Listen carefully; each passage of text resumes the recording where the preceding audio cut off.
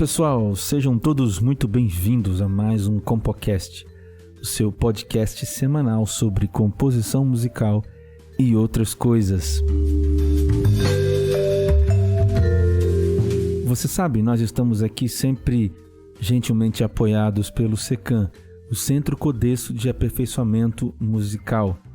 Fica aí o nosso convite para que você os visite lá no Instagram deles, @SECAMMúsica, SECAM com M de Maria no final, música, tudo junto. Também começo esse podcast agradecendo a todos vocês que têm nos acompanhado, têm nos seguido nas nossas redes sociais, têm interagido com a gente. Obrigado a todos vocês.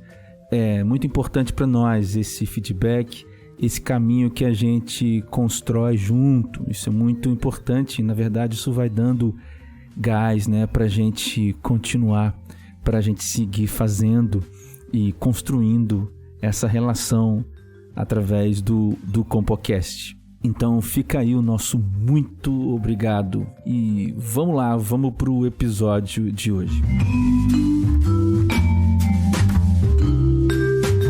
Você sabe que hoje é dia 13 de fevereiro, não é sexta-feira, é terça-feira, dia 13 de fevereiro de 2024. E hoje nós estamos vivendo uma terça-feira de carnaval. Pois é, nós estamos no carnaval aqui no Brasil. Há quem diga, inclusive, que a vida, o ano mesmo, só começa depois do carnaval, não é? Pois é, e essa festa, o carnaval, né, ela é caracterizada por uma série de manifestações muito musicais, né, super diferentes em todo o nosso território, em todo o território nacional. Você vai ver, por exemplo, no Nordeste, muita música que é natural do Nordeste, como o frevo, né? Por exemplo, no Rio de Janeiro, você vai ver o samba, né? O samba enredo, que são esses sambas que as escolas de samba apresentam lá na Marquês de Sapucaí, né? Antigamente você tinha assim as marchinhas de carnaval, e até hoje você tem também, não só no Rio, mas por todo o Brasil, os blocos, né? Os blocos de rua, e aí eles vão tocando também as marchinhas, né? As marchinhas de carnaval e ritmo, né? De marcha.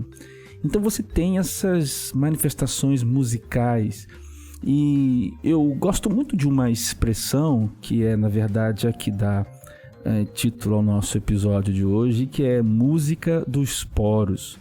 E aí, quando a gente faz, então, agora uma ligação com essa cena, né, ou com esse cenário destas manifestações musicais que ocorrem no nosso país, as marchinhas de carnaval, né, as escolas de samba na Marquês de Sapucaí, o Carnaval de Olinda e tantos outros lugares no Brasil. Quando a gente então traz essa expressão para estas cenas e a gente atravessa essas cenas com esta expressão, a gente consegue entendê-la um pouco melhor. Parece que é uma música que naturalmente é feita, né, produzida, exteriorizada, né, por nós que somos brasileiros, num contexto geral aqui, obviamente, né? E aí, então, quando a gente traz essa ideia de música dos poros, né, música dos poros, a gente tem essa ideia de autenticidade, né? Eu lembro que quando ouvi esta expressão pela primeira vez, mais de uma década atrás, talvez uns 12, 13 anos atrás, eu fiquei pensando nisso, né? Quando a gente, por exemplo, vai correr, né, vai fazer um exercício físico que demanda, né, uma grande quantidade de energia, a gente então produz o suor, né, que é resultado desse trabalho, né, interno do corpo, né, o aumento da temperatura, que é também produção de energia, né, energia térmica. Então a gente produz esse suor e sai pelos poros, sai pela pele. Então essa imagem, né, de algo que sai pelos poros também enriquece o nosso entendimento da expressão música dos poros. e todo esse contexto de carnaval, de expressão musical autêntica, tradicional também, e essa cena, né, do suor pelos poros, isso tudo nos faz entender melhor o que é a música dos poros. Pois bem, agora que a gente de repente fez uma imagem melhor do que é música dos poros, né, a gente pode então compreender que uma característica dessa música dos poros é que ela é carregada de autenticidade, né?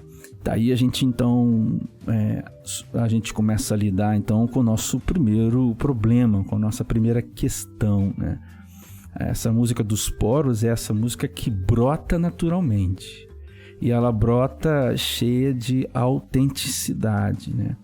E a questão é justamente essa pergunta, né? É possível ser autêntico, né? Será que é possível produzir algo de maneira autêntica? Bom, a autenticidade, o conceito de autenticidade é melhor entendido se a gente também fizer um outro exercício mental, imagético aqui, né? Então, construa aí junto comigo essa imagem.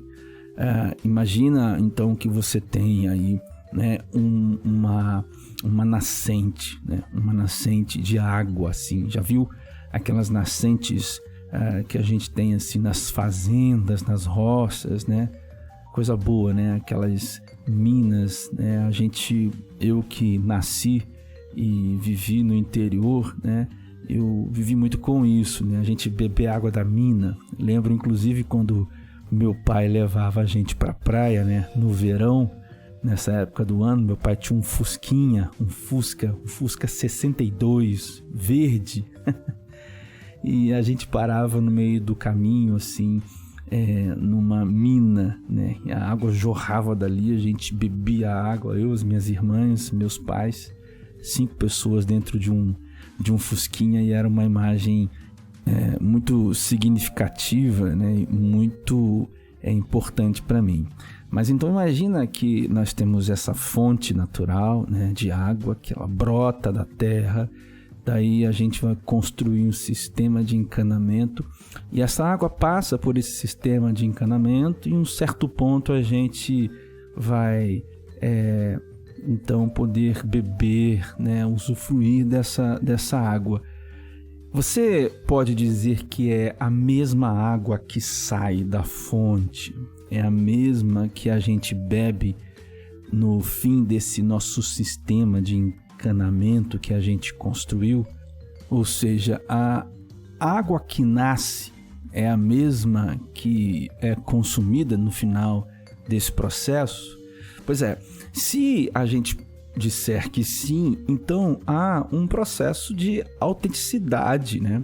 No sentido de que é preservada ou são preservadas as características fundamentais, as características talvez até totais desta água, né? A pureza desta água, por exemplo, ficou mantida ao final do processo. E a gente pode entender a autenticidade com essa experiência imagética, né? Com esse esforço nosso mental aqui agora. Então, um processo musical autêntico é algo que percorre, né? A autenticidade é esse caminho não contaminado, esse caminho direto, imaculado, entre a origem e entre o destino. Então, uma música autêntica, né, é uma música que não passaria, não sofreria, né, contaminações entre a sua origem e o seu destino. É óbvio que a origem, nesse caso, é todo o conjunto de complexidade, né, ou de complexidades da própria subjetividade do compositor, né?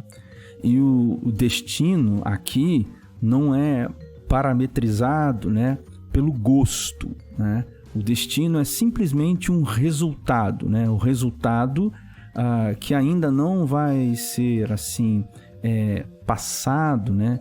que não vai ser assim orientado pelo gosto de quem ouve, mas simplesmente pela semelhança ou pelo conjunto de semelhanças com aquilo que foi originalmente desenhado, né? Aquilo que foi originalmente engendrado. Então a gente pode pensar numa música autêntica. Será que existe de fato essa música dos poros? Será que a gente consegue criar algo realmente autêntico? Bom, eu diria que sim e que não. Porque, veja, um ponto importante aqui é a gente determinar o que é origem. Se a gente pensa que cada origem é distinta, ou seja, se tudo que eu faço é muito ou é totalmente diferente do que o outro faz, do que o outro faz, do que o outro faz, e do que cada um de nós, enfim, pode fazer, então eu acho que nesse caso não é possível ter autenticidade, porque no fim das contas o que a gente faz e o que a gente produz é resultado direto, né, da nossa interferência no mundo, mas de um mundo que sofreu interferência também de outros. Nós estamos não só nos lendo, mas nos lendo no mundo que é resultado de muitas outras interferências. Então, talvez, se a gente pensar que origem mesmo distinta, totalmente distinta, completamente distinta, não é um cenário, não é uma possibilidade, aí então a gente poderia admitir, né, uma autenticidade. Porque o único elemento comparativo que nós teremos para saber se é possível ser autêntico ou não é o resultado daquilo, né? E eu digo o único elemento compartilhado, né? Eu não posso ter acesso à origem, né, dessa produção musical, não posso ter origem àquela nascente de água, porque ela é um produto da particularidade, é um produto da singularidade, é um produto da individualidade de cada um. Ao passo que o resultado, sim, aquele resultado pode ser compartilhado, pode sofrer olhares, né, compartilhados, passar por olhares compartilhados. Então, nesse sentido, quando a gente admite, então, que ninguém é capaz de originar algo realmente diferente de tudo que já se viu, né? Então, aí a gente pode admitir que sim, então é possível criar algo autêntico. Porque, no fim das contas, tudo que a gente cria é também, né, digamos, contaminado num bom sentido aqui, né, é atravessado por esse mundo que é também, né, resultado de ação dos outros. Então, acredito que a gente pode criar essa música autêntica, a gente pode criar música dos poros, né, fazer música dos poros, né? Sim, desde que a gente perceba, né, e a gente compreenda que, na verdade, aquilo que fazemos é nosso, mas aquilo que é nosso é resultado do olhar, do meu olhar para mim e do meu olhar para mim no mundo, esse que está sofrendo interferência de tantos outros olhares. Então, aí, nesse sentido, sim, acredito que essa música dos poros, então, ela vai suar, não soar com O, mas suar com U, né? De quando a gente vai fazer um exercício, nosso corpo vai suando, né? Então, aí sim, eu creio que é possível criar algo musicalmente autêntico.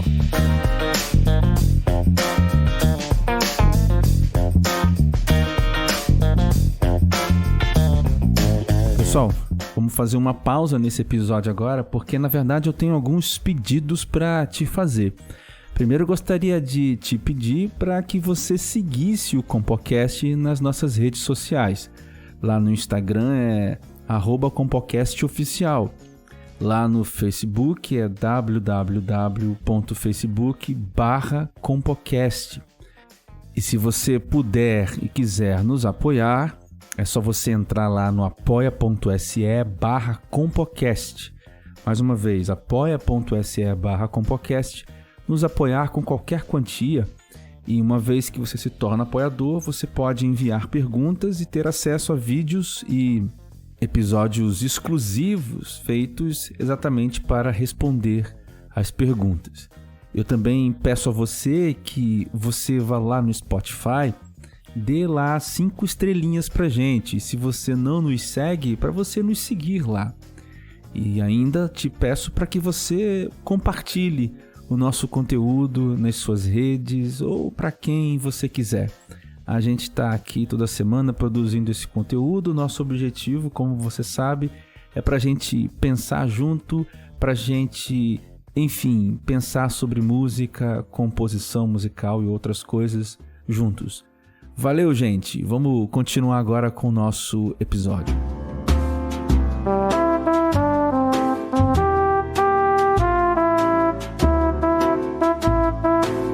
Pois bem, o que nos resta agora, então, é a segunda e última questão, que acredito que esta expressão vai nos levar, então, a pensar. A gente compreendeu que música dos poros, né, ela é carregada de autenticidade, e essa autenticidade ela é possível na medida em que a gente entende que tudo que a gente cria é atravessado pela minha visão, mas pela visão de mim mesmo no mundo, que por sua vez é atravessado por outras visões. Muito bem. Aí o que surge então agora nesse momento é a interposição, né, entre aquilo que é autêntico e aquilo que é belo, né? E essa talvez seja a discussão maior sobre esta expressão. O que é autêntico é belo, o que é belo é autêntico, né? Porque é diferente, né, dizer que o que é autêntico é belo e o que é belo tem que ser autêntico, né? É diferente quando a gente coloca as frases com estas palavras em lugares diferentes. Pois bem, aqui eu trago como exemplo, né, a música que é chamada aqui como funk, né, a música que se faz nas favelas, nas periferias, né? E esse é um exemplo assim fantástico do que é a música dos poros. Porque veja só, eu vou colocar 2 cenários para você pensar junto comigo, né? Quando você está estudando composição, por exemplo, né, você está na academia estudando composição, né, ou estudando com alguém, enfim. E aí você vai compor, por exemplo, uma sonata, né, uma sonata clássica. E aí você vai compor uma sonata, então com 3 movimentos, né? O primeiro movimento em forma ternária, com exposição, uma transição, depois uma reexposição, e aí com aquelas relações tonais entre os temas, o tema apresentado no final da exposição no tom dominante, lá na reexposição esse tema é apresentado no tom principal. Aí você faz um segundo movimento lento, de andamento mais lento, aí você faz uma forma rondó no terceiro movimento, assim cumprindo a cartilha, né, da forma sonata dentro do período clássico. Obviamente aqui que há alguns compositores que fogem às regras, né, mas eu estou imaginando aqui um exemplo bem escolástico, né. Enfim, e aí você tem então esse estudante de composição que está compondo desse jeito, né? Ele está precisando compor, né? E aí ele compõe a sua sonata e vai para o concerto. E aí muitas pessoas ouvindo, né, aquela música. As pessoas até gostam, né, daquela música, porque obedeceu, né, as regras, sobretudo a questão central da música tonal, né, que é a inspiração, a expiração, né? Que é a tensão e o relaxamento, né, em termos musicais, a função dominante, né, antecedendo a função tônica e todos os seus desdobramentos possíveis, obviamente. Enfim, e o outro exemplo que contrapõe esse é aquele rapaz ou aquela moça, enfim, que mora, na verdade, numa favela ou num subúrbio e que vai falar sobre a sua vida, né? E ela não está pensando em nada de forma, né?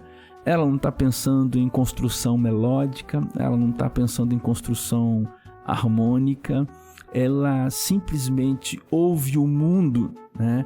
O mundo que a cerca e o mundo também para além daquelas paredes, né? As paredes infelizmente opressoras construídas pela sociedade, né? Desses subúrbios. Mas ela ouve isso tudo, essa pessoa, né? Ela ouve isso tudo e ela faz aquilo, é aquilo que ela fala, é do jeito que ela fala, é o que ela tem para dizer, né? Ou seja, é o que ela tem para dizer e como ela tem para dizer aquilo que ela quer dizer, né? E o quando também ela quer dizer. E aí eu pergunto a você, com estes dois cenários, o que é mais autêntico? Talvez a gente responda de cara que o que é mais autêntico é esse segundo exemplo, essa pessoa que compôs, né, que escreveu aquele funk, que compôs aquele funk. No entanto, quando a gente pergunta o que é mais belo ou o que é belo, eu tenho assim uma ampla convicção, né, de que a grande maioria das pessoas aponta o caso da sonata como sendo o belo, né, e não o que é autêntico sendo belo, né? Você não precisa ir para exemplos tão distintos como esse, né? A própria música de concerto tem inúmeros exemplos de compositores que empregam nas suas músicas conceitos filosóficos que fazem parte do que eles são de verdade, né?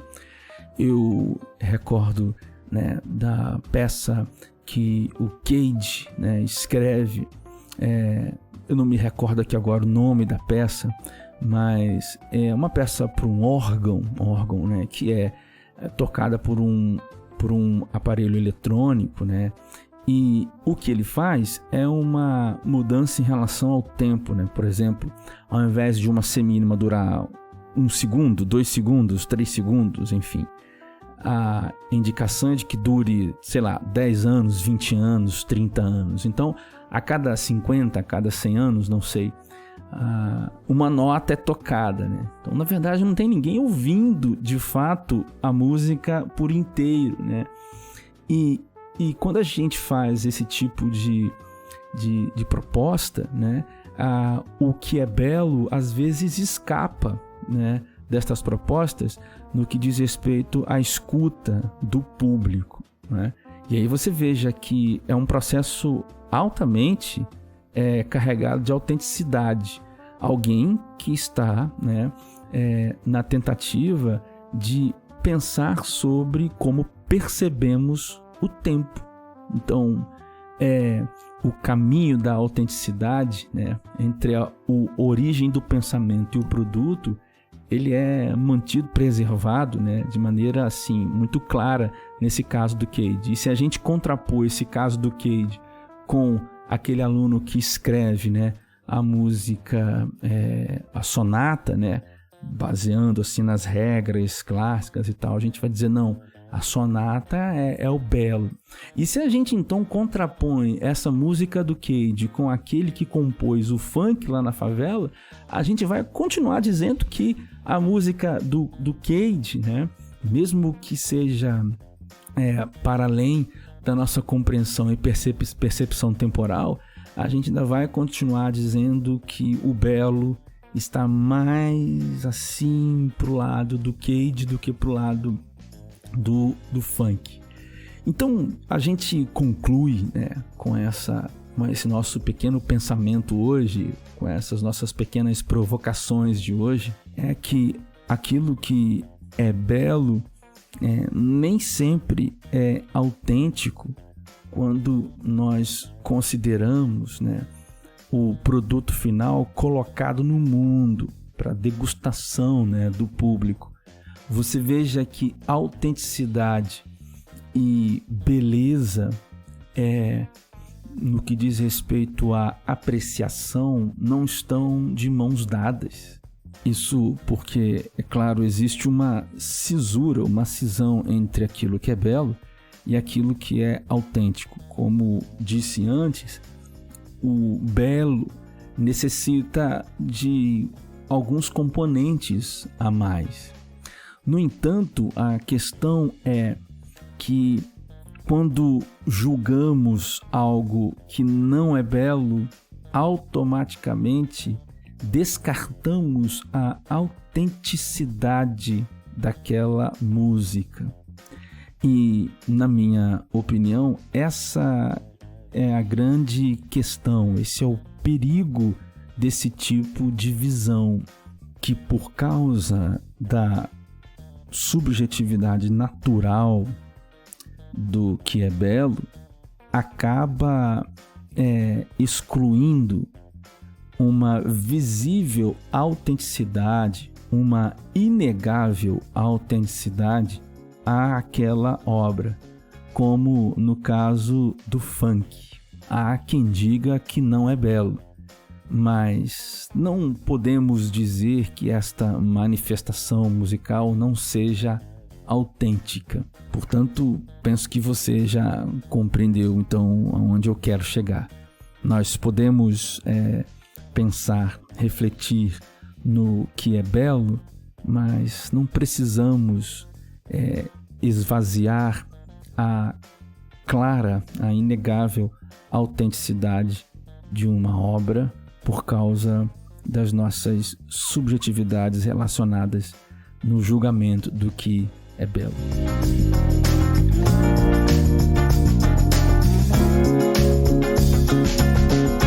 Então é isso que nós tínhamos para hoje, pessoal. Eu espero que você tenha gostado, eu espero que você tenha saído daqui um pouco mais pensativo, um pouco mais com a pulga assim atrás da orelha, pensando e refletindo um pouco mais sobre a questão da autenticidade, a questão da beleza, enfim, essa música dos poros. Se você gostou, terça-feira que vem eu tô aqui de novo e a gente marca esse encontro para uma nova conversa. Fica bem, bom descanso para você nesses próximos dias. Até a próxima e tchau.